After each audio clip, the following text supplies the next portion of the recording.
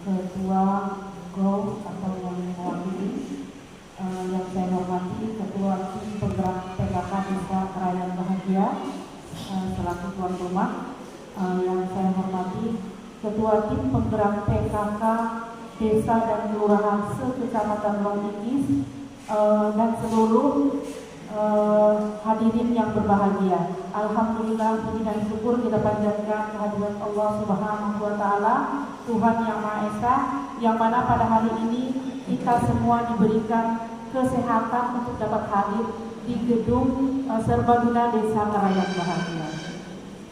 Alhamdulillah, selawat serta salam tak lupa pula kita haturkan kepada junjungan kita Nabi besar Muhammad SAW, yang mana syafaatnya selalu kita nantikan di yaumil akhir nanti. Amin amin ya rabbal alamin. Pada kesempatan hari ini kita ada kegiatan penyuluhan pola asuh anak. Pola asuh anak ini termasuk di dalam kegiatan Pokja berapa Ibu? Ya, berarti ibu-ibu ini sudah paham betul Bu ya. Jadi kegiatan pola asuh anak itu ada di Pokja 1 ya. Mungkin nanti Ibu Maryam juga bisa menambahkan, atau Ibu Kades juga bisa menambahkan. Di sini juga ada Ketua Pokja 1 Kecamatan Longikis, mungkin beliau juga nanti bisa lebih menjabarkan sedikit, karena ini nanti ada penceramah ya, dan juga saya menyampaikan permohonan maaf dari Ibu Sinta. Seyogyanya beliau kemarin ingin hadir di tengah-tengah kita, namun karena sesuatu hal yang membuat beliau tidak bisa ada di tengah-tengah kita. Namun beliau menyampaikan salam hangatnya buat ibu-ibu semua. Semoga ibu-ibu semua nanti apa yang disampaikan oleh Bapak penceramah nanti bisa kita serap dan kita terapkan di desa kita masing-masing. Kemudian itu juga seperti yang diharapkan oleh Ibu Sinta ya. Dan beliau juga mengucapkan terima kasih yang sebesar-besarnya kepada seluruh anggota PKK yang ada di Kecamatan Longikis ini atas dukungan serta support kepada beliau. Jadi beliau sangat mengharapkan dukungan kembali untuk beliau. Sekarang beliau kita sudah tahu beliau walaupun belum ada, karena beliau sudah duduk. Mudah-mudahan dengan duduknya beliau nanti dapat lebih memajukan PKK di Kabupaten Pasir Bu ya, bukan hanya di Kecamatan tapi seluruh Kabupaten Pasir Bu ya. Karena kita sudah tahu Bu ya, beliau ini sangat inovasi dan ide-idenya itu sangat luar biasa untuk kita Bu ya. Waktu dulu Bu ya, saya juga merasakan Bu ya, belum pernah kita merasakan kegiatan PKK itu seperti sekarang Bu ya. Karena saya dari mungkin 20 tahun yang lalu saya sudah ada di PKK tidak seperti sekarang. Kalau dulu kan PKK itu Bu monoton Bu ya, tidak seperti kita sekarang. Banyak sekali kegiatan, banyak hal-hal yang dapat kita pelajari, banyak ilmu-ilmu yang dapat kita ambil dari kegiatan, terutama untuk meningkatkan pendapatan keluarga Bu ya. Jadi seperti hari ini juga Bu ya, mungkin ini gagasan beliau juga Bu ya, untuk mengadakan kegiatan penyuluhan pola asuh anak Bu ya. Jadi mungkin kita semua tahu Bu ya, apa sih tujuan kita untuk pola asuh anak Bu ya, karena usia anak 0 sampai 5 tahun itu masa keemasan Bu ya. Di situ beliau anak-anak sangat pandai meniru apa yang kita kerjakan. Makanya Bu ya, kalau kita berbicara dengan anak-anak itu harus lebih berhati-hati, karena mereka adalah peniru ulung Bu ya. Anak-anak itu adalah peniru ulung. Apa yang diterapkan mereka dengan mudah untuk meniru Bu ya. Jadi mungkin itu saja yang bisa saya sampaikan. Nanti mungkin Ibu Maria bisa menambahkannya. Saya akhiri. Assalamualaikum warahmatullahi wabarakatuh. Beliau memotivasi kita semua pada pagi hari ini. Selanjutnya sambutan yang kedua dari Ibu Ketua Gabungan Organisasi Wanita atau yang sering disingkat dengan GOW Kabupaten Pasir, yang dalam hal ini diwakili oleh beliau Ketua Harian, yaitu Ibu Insinyur Hajah Maryam Abu Bakar MP. kepada beliau, silakan.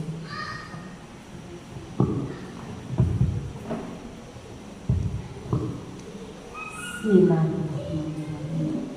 Assalamualaikum warahmatullahi wabarakatuh. Alhamdulillah, alhamdulillah,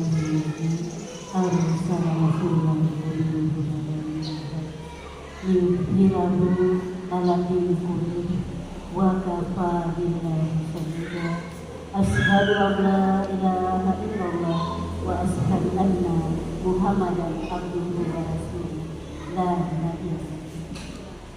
Ibu Ketua PT PKK Kecamatan Nongkikis yang kami hormati, ibu-ibu Ketua TP PKK Desa, khususnya TP PKK Desa Rayan Bahagia yang ketempatan gedungnya pada hari ini, dan juga ada beberapa ibu ketua TP PKK Desa yang hadir pada hari ini yang mungkin saya tidak kenal, ya sekedar Bu Logelang ya Bu ya mungkin ada lagi.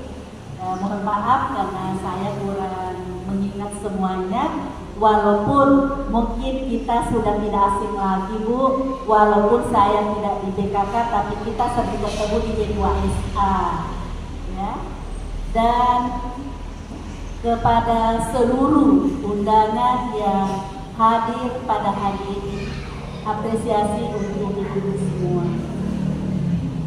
Dan perlu kita ucapkan puji dan syukur kehadiran Allah Subhanahu wa Ta'ala atas limpahan rahmat dan hidayahnya, sehingga kita semua diberi kesehatan, diberi kesempatan untuk hadir di gedung ini. Organisasi wanita Kabupaten Pasir ini sebelumnya itu ketua melalui musda pemilihan. Nah, namun setelah periode terakhir kemarin kita tidak ada lagi musda karena juga anggaran dasarnya kami merubah bahwa ketua gabungan organisasi wanita adalah otomatis Ibu Bupati Pasir. Sehingga sama juga dengan PKK, otomatis Ibu Bupati. GOW juga begitu. Sehingga ketua GOW itu juga adalah Ibu Bupati kita. Sehingga sangat diharapkan organisasi GOW ini bisa bersinergi dengan PKK. Ya, alhamdulillah saat ini kita bisa membuktikan bahwa PKK dengan GOW bisa jadi satu, menjadi kekuatan pemberdayaan kaum ibu di Kabupaten Pasir. Dan saya juga tampil di sini ya, mungkin di antara ibu sering kita ketemu ya Bu ya. Nah, karena ada juga program kami dari dinas, kebetulan saya dari Dinas Ketahanan Pangan yang selama ini aktif ke desa memberikan bantuan kepada ibu-ibu. Kegiatannya namanya P2L ada, sekarang ini lagi tren B2SA. Jadi bantuan kami ini mulai tahun 2023 sampai 2024 ada namanya pemberian bantuan paket dapur dan kebun B2SA. Dan untuk 2024 ini ada lagi plusnya Bu. Semua desa yang dapat paket dapur dan kebun ada lagi bantuan telur ke sekolah-sekolah dasar sebanyak 30 anak dan diberikan selama 3 bulan. Jadi kalau ibu-ibu dapat tahun ini bantuan dapur dan kebun, berarti ada juga sekolahnya yang dapat. Ya, 30 anak dipilih oleh sekolah itu akan diberikan telur selama 3 bulan. Nah, untuk ini Bu Camat juga harus paham ini dan mengetahui nanti untuk mendistribusikan ke siswa itu tergantung kesepakatan sekolah dengan PKK Desa. Apakah sekolah yang merebus atau menyerahkan ke dapur B2SA yang sudah mendapatkan bantuan alat. Nah, kami berharap bantuan ini nantinya akan dikelola oleh dapur. Yang merebus telurnya adalah dapur yang dapat bantuan. Setelah direbus diantar ke sekolah, dibantu oleh pihak sekolah untuk membagikan, dan kami minta itu ada video. Ya Bu ya, pada saat membagikan anak makan telur itu dibuat video selama 3 bulan. Jadi videonya cukup satu, tapi kegiatannya merangkum semua kegiatan selama 3 bulan itu. Siapa tahu ada di antara desa yang hari di sini yang mendapat, karena untuk 2024 ini ada 50 desa Ibu. 2023 kemarin 60 desa. Nah, ada nggak Bu utusan desa yang belum dapat desanya? Ibu Longgelang mohon maaf ya, kayaknya belum deh. Iya. Nah, Sekuro sudah, Krayan Bahagia sudah, bahkan sudah berangkat Bintek ya Ibu ya. Ya, ada Bu perwakilan desa, oh desa saya kok belum dapat ya Ibu? Ya? Sudah dapat semua? Oh Lombok belum benar, Longgelang, Lombok belum. Ada lagi Bu? Ya? Krayan Bakti sudah.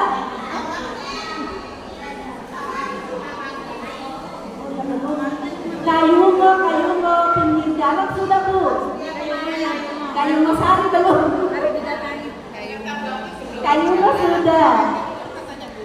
Begini ya Bu ya, untuk desa-desa yang belum dapat dan semangat untuk dapat, boleh menghubungi kemarin ya Ibu. Jadi kita bisa lihat, oh ini semangat masyarakat ini didahulukan. Tapi kalau diam-diam aja juga, kita juga menganggap ini belum terlalu mengharapkan mungkin ya berdasarkan ini. Ibu, nah di mana Bu? Yang ya, saya cek data Bu ya, siapa tahu Ibu udah masuk tapi hanya belum SPCL. Karena untuk 2024 ini baru setengah Bu kami datangi. Logikis belum sepenuhnya. Kemarin kami selesaikan lokali. Ya, maaf ini Bu terpaksa menyelipkan kegiatan ini, gak apa-apa kan Bu? Ya, karena kapan lagi saya bisa ketemu dengan ibu-ibu semuanya ya. Dan juga untuk menunggu penceramah nanti saya berikan kesempatan kepada ibu-ibu semua untuk bertanya apa saja, baik ke kami, ke Bu Camat atau juga ke Bu Kades. Jarang-jarang itu bisa diberikan kesempatan seperti ini Bu. Jadi kalau seperti ini bebas Ibu berbicara. Ya mungkin juga dengan apa ya hikmahnya pertemuan ini kita bisa ketemu. Ya mungkin juga nanti banyak hal yang bisa kita komunikasikan. Mudah-mudahan ya dengan pertemuan ini nantinya Ibu nanti semua kembali ke rumah dengan rasa senang hati dan tersenyum ya, karena senyum itu adalah ibadah. Katanya semakin banyak tersenyum itu obat hati muda Ibu. Jadi ibu-ibu harus banyak tersenyum ya, jangan banyak. Iya. Itu dia bisa dibuat keripik, jadi cemilan anak-anak. Jadi tidak lagi anak-anak mengkonsumsi hanya cini-cini, taruh apa yang bisa membuat dia kumisan apa gitu, karena bumbunya itu ya Bu ya, yang mungkin tidak sehat. Nah, itu semua harus bagaimana seorang ibu kalau sudah memahami apa itu bergizi, beragam, seimbang dan aman, ibu-ibu setiap hari memasak itu dan berupaya mengolah makan yang kekinian yang disenangi oleh anak-anak. Jangan ibu-ibu memaksa anaknya untuk mengkonsumsi bubur kacang, kolak pisang. Anak-anak gak mau itu. Jadi ibu harus kreatif dan hilangkan mindset berpikirnya. Kalau sudah berbicara pangan lokal, pasti ingatannya ibu, oh pisang rebus, jagung rebus, singkong rebus, pasti itu yang ada di pikiran ibu. Itu sekarang ibu dibuang jauh-jauh. Kalau berbicara pangan lokal, singkong, oh bisa saya buat puding. Oh singkong bisa saya buat apa ya, makanan yang pengganti nasi. Bagaimana bentuknya, bagaimana kreativitas ibu supaya anak ibu senang memakannya. Ya, kalau singkong bisa dibuat martabak bisa, tapi pangan lokal ini bisa dibuat berbagai macam olahan. Ibu harus ahli dulu membuat tepung-tepung. Ibu ahli membuat tepung pisang, tepung singkong, tepung mie jalan, labu. Dari tepung itu nanti ibu bisa mengolahnya berbagai macam olahan, biar sampai 100 bisa, Bu, yakin. Nah, dari tepung itu ibu belajar. Kalau ibu berangkat dari singkongnya, pisangnya mau dibuat olahan, ibu bingung. Ya, saya bikin apa lagi yang kemarin? Bakar sudah, kolak sudah, rebus sudah, dibuat apa lagi? Nah, karena itu harus ibu bisa membuat tepung dulu. Ya, Bu ya? Oke, Ibu. Ya, mudah-mudahan ibu-ibu semua ini bisa menjadi ibu yang kreatif dan cerdas untuk anak-anaknya. Nanti ditambah pengetahuan pola asuh anak bagaimana sebaiknya. Nanti generasi-generasi kita cerdas, sehat, dan anak-anak yang soleh, yang berbakti kepada kedua orang tuanya, membuat keluarga itu sejahtera sehingga terwujud keluarga sakinah, mawaddah, warahmah yang ada di Longkikis, sehingga ibu camat tidak repot lagi mengurusi anak-anak yang nakal-nakal, yang suka tawuran, yang tidak sholat, tidak ini. Nanti ibu camatnya bebas tugas kalau ibu-ibu semua berperan sebagaimana mestinya. Karena keluarga anak-anak kita itu bertumbuh sebagaimana warna apa yang ibu berikan di rumah, mulai dalam kandungan. Coba ya, mulai dari ibu mengandung, ibu selektif dengan makanan yang ibu konsumsi. Ini dari mana sumbernya? Ini makanannya bagaimana? Sehat tidak untuk bayi? Ya, jadi untuk melahirkan generasi cerdas dan sehat itu mulai dari kandungan harus dirawat. Dan sekarang ini program pemerintah daerah juga ada juga makanan untuk ibu hamil. Jadi bagaimana baiknya ibu memelihara anak di dalam kandungan yang diberikan konsumsi sehat. Dan bagaimana anak-anak itu supaya keluar itu rajin sholat, ibu juga harus rajin sholat pada saat hamil. Kalau ibu muslim, ya, ibu juga harus rajin mengaji. Karena di dalam perut ibu itu anak-anak sudah bisa itu diberi pembelajaran mendengar ayat-ayat suci Al-Quran. Kalau ibu praktekkan, coba depan ibu udah percaya, kalau ibu sudah dapat anak, cucunya lagi, Bu. Kalau ibu jaga cucu, mengayuh cucu, ini jangan HP itu dijadikan untuk mainan anak, sehingga anak baru 5 bulan sudah diberi HP. Jangan, Bu, tapi gunakan HP itu untuk mendengarkan ayat-ayat suci Al-Quran, supaya anak itu mendengar sampai besar. Dia nanti, jadi jangan kaget ibu, kalau ada anak sekarang 1 tahun hafal juz 30. Itu kenapa pendidikan mulai dari rahim. Dia sering mendengar. Pada saat dia berbicara, dia bisa melantungkan apa yang sering dia dengarkan. Jadi apalagi kalau Al-Fatihah, paham Bu ya?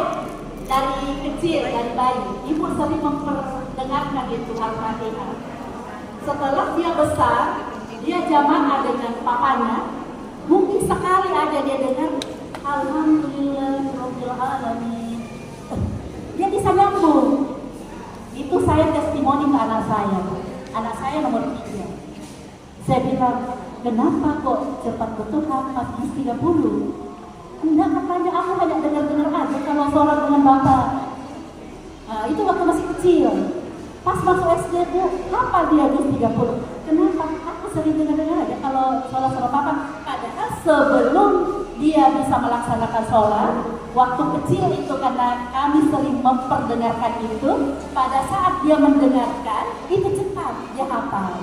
Karena dia hanya untuk Bu ya, untuk melancarkan saja, tapi dia sudah merekam dalam memorinya. Jadi itu mungkin Bu testimoni ya. Anak saya nomor 3 itu sempat saya kaget, Bu, kok dengan mudah dia hafal juz 30, padahal ya kalau saat ini kan ya kita malah merasa terbelakang ya Bu ya, merasa ketinggalan. Karena kalau kita lihat itu secara nasional, internasional, ada banyak bayi yang sudah hafal juz 30 pada umur 3 tahun. Iya, bahkan ada yang bisa hafal Quran pada umur 6 tahun, 7 tahun. Nah, kalau kita melihat itu, kita ini merasa kok anak-anak bisa, kenapa anak kita tidak bisa? Nah, ayo ibu dengan materi pola asuh anak ini, mudah-mudahan nantinya Bapak Ismail bisa memberikan lagi pencerahan ke ibu-ibu semua sehingga tidak salah dalam pola asuh anak. Yang jelasnya sekarang ini zaman teknologi, ibu ya. Ini ada HP, semua ibu-ibu punya HP. Jangan dijadikan HP ini sebagai penyelesaian semua masalah di dalam keluarga. Saya kira kita tidak perlu banyak berteori. Saya yakin ibu sudah mempraktekannya kan? Iya Bu ya. Ya cuma tetap saja kita sebagai orang beragama pasti ada tuntunan dalam agama kita. Bagaimana mendidik, bagaimana membimbing, bagaimana mengasuh anak-anak kita. Ya yang tujuan atau goalnya itu tidak lain, saya bisa memastikan semua pasti ingin hidup bahagia. Kalau dalam konsep Islam pada saat pernikahan, ya kan, teman-teman kita itu pasti selalu mengucapkan, setidaknya kalau dia tidak hafal doanya, apalagi di medsos itu ya, disingkat biasanya, semoga samawa atau semoga samara, ya Bu ya, karena ada singkatannya tuh. Sebenarnya dari bahasa Al-Quran kan, dari surah Rum ayat 1, semoga sakinah mawaddah warahmah. Nah, selalu itu yang disampaikan oleh teman-teman kita pada saat kita atau ada keluarga dan teman yang melakukan pernikahan. Nah, jadi sebenarnya kenapa kita harus mendidik anak-anak kita? Mengapa kita harus mengasuh anak kita? Tidak lain karena sejak awal kita akan menikah, kita ingin keluarga kita hidupnya selamat, bahagia di dunia wal akhirat. Ya, kalau dalam bahasa yang tadi itu ini sakinah mawaddah warahmah. Apa itu sakinah Bu? Sakinah itu ada yang mengartikan apa ya? Sakin itu bahasa Arabnya pisau yang memenah itu. Maknanya supaya hidup itu tenang, ya, lapang. Karena kalau kita sudah punya pisau biasanya kan jadi mudah menulis bawang merah, bawang putih, dan sebagainya. Supaya lapang, supaya hidup itu keluarga kita bisa tenang. Itu dulu. Nah, ketenangan itu pun tidak semudah membalik telapak tangan. Artinya untuk meraihnya tentu melalui tahapan-tahapan, tidak bisa disalahkan. Gampang diucapkan Bu ya, saya ingin hidup tenang, saya ingin hidup tentram. Tetapi begitu kita masuk dalam kehidupan keluarga rumah tangga, banyak ujian, banyak cobaan yang harus kita lalui. Apalagi kita hidup sekarang di zaman yang kata orang banyak era digital Bu. Mendidik, mengasuh anak di zaman digital dengan yang belum digital beda. Zaman saya anak-anak atau ibu anak-anak, pasti pola pengasuhan orang tua kita beda dengan zaman kita sekarang pada saat jadi orang tua, di mana setiap anak itu mungkin hampir satu rumah itu setiap anak ada HP-nya Bu ya. Ya Bu, yang punya kemampuan untuk membelikan gadget anaknya, apalagi yang ada Androidnya, itu bisa jadi setiap anak bisa memegang semua. Nah, oleh karena itu tidak mudah mengasuh, mendidik, membimbing anak di zaman digital sekarang ini. Ibu-ibu mungkin merasakan waktu kita dulu masih anak-anak, sangat gampang kita diatur dan sangat gampang kita nurut sama orang tua, betul ya Bu? Coba kalau sekarang anak-anak kita cerdas karena dia pakai smartphone, pakai phone cerdas, anaknya ikut cerdas. Kalau dulu kita diperintahkan sama orang tua, nah ayo bangun, mandi, mau sekolah, insya Allah kita nurut. Sekarang coba ibu bangunkan anaknya, Maka mungkin balas nanya, untuk apa sekolah? Mungkin ya ada yang jawab seperti itu, atau paling tidak ada jawabannya. Nanti dulu dia mah, kan masih siang, belum terlalu pagi, masih terlalu pagi. Sambil jawab itu dia bilang HP. Ibu-ibu pernah merasakan seperti itu enggak? Atau waktu maghrib perintahkan anaknya sholat, udah ngaji di masjid, atau mungkin ibu-ibu yang di gereja kalau hari Minggu perintahkan anaknya untuk sembahyang sholat, ya sudah nurut enggak? Jadi yang saya sampaikan ini yang akan kita hadapi Bu ya, supaya kita tahu, mengerti. Kalau udah tahu ada masalah begitu, gimana jalan keluarnya. Kan kita bicara pola asuh seperti itu, kita akan bisa mencari solusi kalau kita tahu masalahnya. Ya kan Bu, tidak mungkin kita mau solusi tapi kalau ada masalah apa.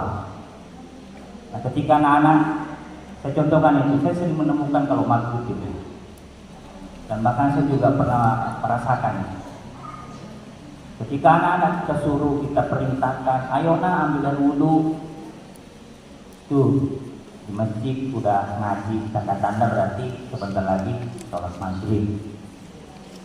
Tapi kalau pada saat itu, mohon maaf nih, ayahnya, ibunya semua asik pegang gadget, pegang HP, anaknya juga asik.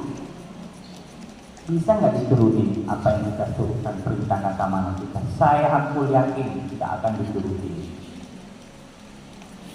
Nah ini sengaja saya lemparkan masalah ini ke kita semua, karena ini fakta tidak ada di zaman sekarang ini seperti itu, agar kita tahu dan mungkin